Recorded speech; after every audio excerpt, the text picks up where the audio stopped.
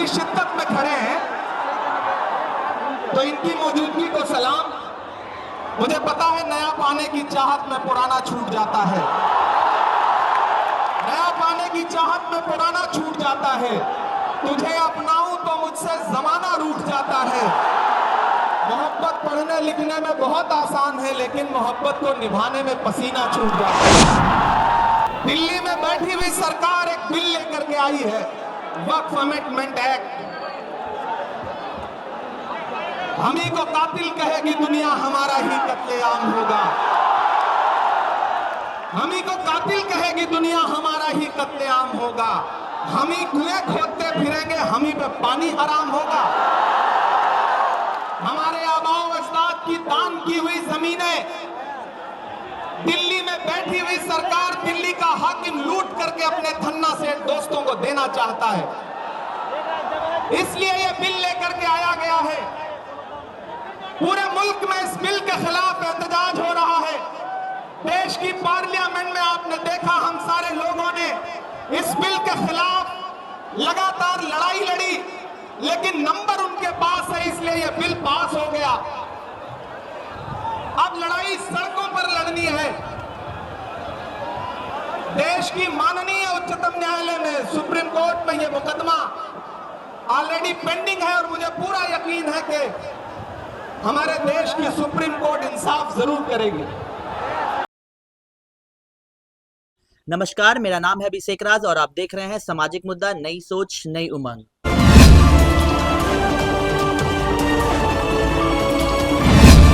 संसद में पारित हुआ वक्फ कानून, जिसके विरोध में रविवार को आयोजित किया गया इमारत ए शरिया के द्वारा, जिसमें बढ़ चढ़ के लोगों ने सपोर्ट किया। उन लोगों का कहना था कि वक्फ एक काला कानून है, जिसे वापस लिया जाए। तो जानते हैं, हमारे साथ जुड़े हुए हैं प्रभात जी। आखिर वक्फ है क्या? जी, आपके चैनल पर मौका देने के लिए बहुत बहुत धन्यवाद। ये वक्फ कानून जो है, ये भारतीय संसद के द्वारा पास किया गया है और ये भारतीय लोगों के लिए है, जो कि मेन इसका मुख्य मुद्दा जो है वो मुस्लिमों की संपत्ति को मतलब मैनेजमेंट करने से संबंधित है। जैसे हम वक्फ के बारे में अगर हम कोई चीज़ बोलते हैं तो ये वक्त शब्द जो है ये अरबी भाषा से आया है। अरबी भाषा का एक वर्ड है वकूफ़ा, उससे ये निकल कर के आया है, और वकूफ़ा का मतलब होता है रुकना या ठहरना। तो वक्त संपत्ति कोई भी दान करता है, जैसे हिंदू धर्म में क्या होता है, मंदिरों के लिए कोई भी संपत्ति दान कर दिया जाता है, कोई भी धार्मिक कार्य के लिए पैसा डोनेट किया जाता है, बहुत बहुत सारे मंदिरों में जेवर भी चढ़ाया जाता है। ऐसे ही मुस्लिम धर्म में क्या होता है, वक्त कोई भी संपत्ति को वक्त किया जाता है, वक्फ। तो इसमें क्या होता है, लोग धार्मिक कार्यों के लिए, जैसे मदरसा के लिए, धार्मिक संस्थान हो गया, कब्रिस्तान हो गया, या फिर अनाथालय हो गया, जिसमें मुस्लिम कम्युनिटी का कल्याण हो, उस चीज़ के लिए ये वक्फ संपत्ति दी जाती है। और इसका मैनेजमेंट वक्फ काउंसिल जो होता है उनके लोगों के द्वारा किया जाता है। वक्फ का इतिहास अगर हम देखें तो हज़रत मोहम्मद साहब के द्वारा 570 ईस्वी में क्या कहते हैं, सऊदी अरब मक्का में ये आपका 600 खजूर का बाग डोनेट किया गया था पहली बार। 600 खजूर, हाँ, का बाग डोनेट किया गया था। जो लोग गरीब थे, दीन थे, जो मतलब नहीं कर पाते थे कोई भी काम, उन लोगों के लिए किया गया था। फिर आप अगर इनके बाद आएंगे तो ये इब्राहिम, एक अतहर इब्राहिम के द्वारा एक किताब लिखा गया, वहाँ पर भी भारत में भी वक्त संपत्ति 1026 से लेकर के 1526 तक का इतिहास हमको मिलता है। फिर जैसे जैसे आप आगे बढ़िएगा तो फिर ब्रिटिश संसद में भी 1913 में एक कानून पास किया गया था, फिर उसको अमेंड भी किया गया था। फिर अगर आप इंडिया में आएंगे तो क्या गुलाम वंश से लेकर के और ये आपका मुगल वंश के लोगों के द्वारा भी वक्त संपत्ति घोषित किया जाता रहा है। फिर अगर देश स्वतंत्र हुआ है तो स्वतंत्रता के समय में, स्वतंत्रता के बाद 1954 में वक्त के ऊपर एक कानून आया था, जो कि बहुत दिनों तक लागू रहा। लेकिन 1964 में एक उसमें संशोधन करके ये बनाया गया कि वक्फ काउंसिल होगा। तो काउंसिल में बहुत सारे मेंबर होते हैं और उन मेंबर के द्वारा वक्फ प्रॉपर्टी को मैनेजमेंट या फिर रेगुलेट किया जाता है। बात यहाँ निकल करके ये आ रही है, आखिर इसको संशोधन करके 2013 में मनमोहन सिंह सरकार के द्वारा इस कानून को इतना ज़्यादा मजबूत बनाया गया कि आप वक्त प्रॉपर्टी अगर कोई घोषित कर देता है तो उसको लेकर के आप कोर्ट नहीं जा सकते हैं, सुप्रीम कोर्ट या हाई कोर्ट आप नहीं जा सकते हैं। आपको जो भी निपटारा करना होगा वो वक्त ट्रिब्यूनल में होगा। और वक्त ट्रिब्यूनल में कौन लोग होंगे?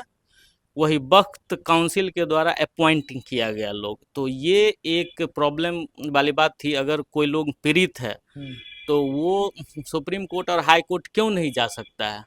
सबको न्याय का अधिकार है। तो कोर्ट में जाने का क्या प्रावधान है? देखिए, लोग कोर्ट जा सकते हैं अगर ये हमारे कॉन्स्टिट्यूशन के आर्टिकल 13 में ये कहा गया है, अगर संसद से बनाया गया कानून भी अगर लोगों के फंडामेंटल राइट्स को कर्टेल अगर करता है, कम करता है, तो वो कोर्ट उसको चेक कर सकती है। और अगर कम कर सकता है या मतलब लोगों के फंडामेंटल राइट्स का अगर मतलब हनन हो रहा है, हाँ। तो लोग मतलब अगर डायरेक्ट कोर्ट सुप्रीम कोर्ट जाएंगे, जा सकते हैं। सुप्रीम कोर्ट जाएंगे, तो उस कानून को Supreme Court null and void घोषित कर सकता है, इसी को शून्य घोषित जुडिशियल कर। रिव्यू कहते हैं। हाँ, और देखिए, ये जो लोग जो कोर्ट गए हैं, ये गए हैं आपका आर्टिकल 13, आर्टिकल 25, 26, मतलब राइट टू रिलीजियस फ्रीडम, जो माइनॉरिटीज को लेकर हाँ है। हाँ, उस चीज़ को लेकर के लोग कोर्ट गए हैं। और कोर्ट में अभी हियरिंग स्टार्ट हो जाएगा, फिर देखते हैं क्या होता है। भारत में स्वतंत्रता के बाद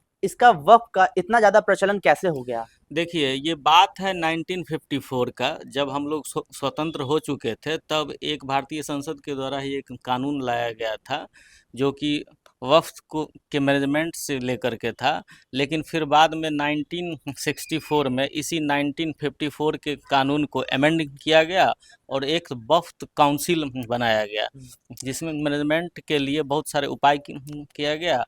और अभी जो विवाद चल रहा है, ये कानून है 1995 का। फिर 1995 में भी अमेंडमेंट हुआ था और फिर 2013 में मनमोहन सिंह सरकार के द्वारा एक ऐसा पावर दे दिया गया वक्फ काउंसिल को, जो कि उसमें ये कहा गया था, जो आप अगर कोई भी वक्फ संपत्ति घोषित हो जाती है तो आप उसको लेकर के सुप्रीम कोर्ट या हाई कोर्ट नहीं जा सकते हैं, आपको सिर्फ रहना होगा वक्फ ट्रिब्यूनल के पास ही। तो जो भी निपटारा करना होगा आप ट्रिब्यूनल में ही कर सकते हैं। यानी इस तरीके से जो मुसलमानों का जो वक्फ को लेकर था तो और भी पावरफुल हो गया। हाँ, ये मेन इसमें मुद्दा जो है वो मैनेजमेंट को लेकर के है। वक्त का संपत्ति आपको पता ही है, जो देश में 3rd नंबर पर है, भारतीय सेना और रेलवे के बाद सबसे ज़्यादा संपत्ति वक्त के पास ही है। इसका मैनेजमेंट ठीक ढंग से नहीं किया जा सकता है, क्योंकि हम पहले ही बता चुके हैं, वक्त संपत्ति का जो यूज है वो अनाथालय के लिए यूज किया जाना चाहिए, कब्रिस्तान के लिए यूज किया जाना चाहिए, धार्मिक कार्यों के लिए यूज किया जाना चाहिए, मतलब हॉस्पिटल बनवाएं आप इससे।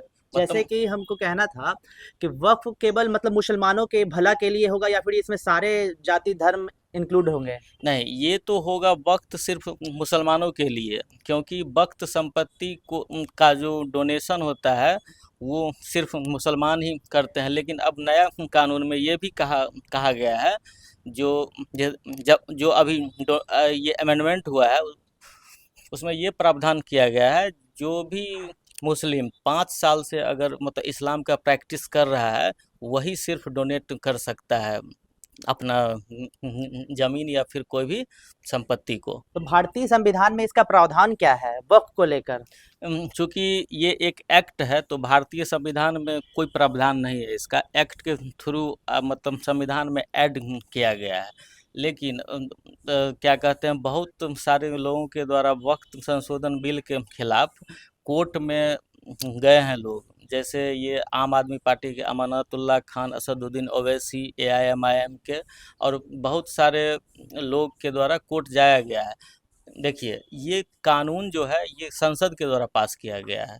चूँकि हमारा इंडिया एक डेमोक्रेटिक कंट्री है और डेमोक्रेटिक कंट्री में यहाँ नंबर का खेल होता है। यहाँ बीजेपी की सरकार है और ऑब्वियस सी बात है, जो बीजेपी का नंबर यहाँ ज़्यादा है तो संसद में कानून पास हो ही जाएगा। और जब संसद में कानून पास, चूँकि 12-12 घंटे का 2 दिन डिबेट हुआ था लोकसभा में और राज्यसभा में, और फिर जाकर के राष्ट्रपति का सिग्नेचर हुआ, तब जाकर के ये बिल पास कानून का रूप लिया है। हुआ। तो ये भारतीयों के लिए है और भारतीय मुसलमानों के अलावा सबके लिए है। तो आप डेमोक्रेसी में संसद के द्वारा बनाया गया कानून का विरोध कर सकते हैं, लेकिन आपको इस कानून को मानना ही होगा। अगर आप नहीं मानते हैं तो पुलिस के द्वारा कार्रवाई किया जाएगा। जैसे कि देखे आप कल इतने तादादों में मुसलमानों का भीड़, कोई बिहार के विभिन्न जिलों से आए, पश्चिम बंगाल से, उड़ीसा से, अलग अलग राज्य से हमारे बिहार के पटना में आए और उन लोगों ने भारी तादादों में यहाँ पे इकट्ठा हुआ। क्या ये संकेत देता है एक पॉलिटिकल पार्टी का, या फिर वक्फ को रियल अमेंडमेंट चाहिए? उनका कहना था कि वक्फ एक काला कानून है जिसको वापस लेना चाहिए। लोगों ने ब्लैक पट्टी तक लगा रखी थी। इस पर आपका क्या विचार है? चूँकि हमारा इंडिया एक डेमोक्रेटिक कंट्री है तो लोगों को विरोध करने का अधिकार है, ठीक है। लेकिन सरकार उनका का विरोध, कहना था कि वक्फ बचाओ संविधान बचाओ। जब पारित हो चुकी बिल, सुप्रीम कोर्ट में इसका फैसला के लिए उनको वेट करना तो चाहिए था ना। हाँ, फैसला के लिए वेट करना चाहिए था और आप विरोध भी कर सकते हैं, लेकिन लोगों को बहुत सारे पॉलिटिकल पार्टी के द्वारा गुमराह किया जाता है। लोगों को ये नहीं बताया जाता है जो वक्त अमेंडमेंट बिल जो है, मतलब उसमें फ़ायदा क्या सब है। मतलब चूँकि ये मुस्लिम कम्युनिटी के लिए है और इसका ठीक ढंग से मैनेजमेंट नहीं हो रहा था। बहुत सारा प्रॉपर्टी मतलब ऐसे ही था, मतलब बहुत सारा आपको पता ही होगा, जैसे दिल्ली का मतलब होटल हयात हो गया या बहुत सारा प्रॉपर्टी है जहाँ से नाम मात्र का पैसा लिया जाता है और और मतलब उससे अलग से जो पैसा है वो पॉलिटिकल पार्टी या फिर जो लोग मैनेजमेंट में हैं उनके जेब में जाता है। तो मैनेजमेंट को कैसे ठीक किया जाए, कैसे ठीक ढंग से रेगुलेट किया जाए, इस चीज़ को लेकर के वक्त अमेंडमेंट बिल में कहा गया है। और चूँकि मतलब वक्त से अल्टीमेटली मतलब लोगों का कल्याण होना है, तो ये जो अमेंडमेंट अभी किया गया है इसमें 2 मुस्लिम महिलाओं को भी रखा गया है। तो मुस्लिम महिलाओं के कल्याण के लिए वो वहाँ काउंसिल में जब रहेगी बोर्ड में तो वो बात उठाएगी और अच्छे से कल्याण हो पाएगा। यहाँ मेन मुद्दा क्या है, जो इस काउंसिल में 2 गैर मुस्लिमों को भी रखा गया है, इस चीज़ को लेकर के मेन विरोध है। और कहीं-कहीं तो ये भी कहा जा रहा है जो हमारा कब्रिस्तान ले लेगा, हमारा मस्जिद ले लेगा, हमारा बहुत सारा जो चीज़ है वो ले लेगा। लेकिन सरकार के द्वारा ये क्लियर कर दिया गया है, जो ये कानून लागू होने से पहले जो चीज़ जिस अवस्था में थी उसी अवस्था में रहेगी। मुस्लिमों का जितना भी प्रॉपर्टी है, अगर जिस पर विवाद नहीं है वो वैसा ही रहेगा। वक्फ अमेंडमेंट को लेकर जो एक जॉइंट पार्लियामेंट कमेटी जिसे जेपीसी कहते हैं, इस पे आपका क्या विचार है? हाँ, ये जेपीसी एक बनाया गया था, चूँकि जब कोई भी बिल आता है तो मतलब क्या कहते हैं उसमें क्या कमी है, क्या मतलब उसमें ऐड होना चाहिए, क्या उसमें क्या हटना चाहिए, ये सब चीज़ के लिए एक जेपीसी जॉइंट पार्लियामेंट्री कमेटी बनाया गया था बीजेपी गवर्नमेंट के द्वारा। इसको हेड कर रहे थे जगदम्बिका पाल, और उन्होंने पूरे भारत में घूम करके मुस्लिम संगठन से और इंटेलेक्चुअल से मिलकर के बातचीत किया था और क्या-क्या चेंजेज हो सकता था। लगभग 40 चेंजेज का रिकमेंडेशन आया था, लेकिन कुछ चेंज ही माना गया था इसमें। तो इस चीज़ को लेकर के, चूँकि हमारा इंडिया डेमोक्रेटिक कंट्री है, डिबेट और डिस्कशन होते रहना चाहिए और डिबेट और डिस्कशन से ही मतलब डेमोक्रेसी स्ट्रॉन्ग होता है। तो चलिए, हम तो मतलब इसके बारे में जान चुके हैं, दर्शकों को भी पता चल चुकी है कि आखिर वक्फ क्या है।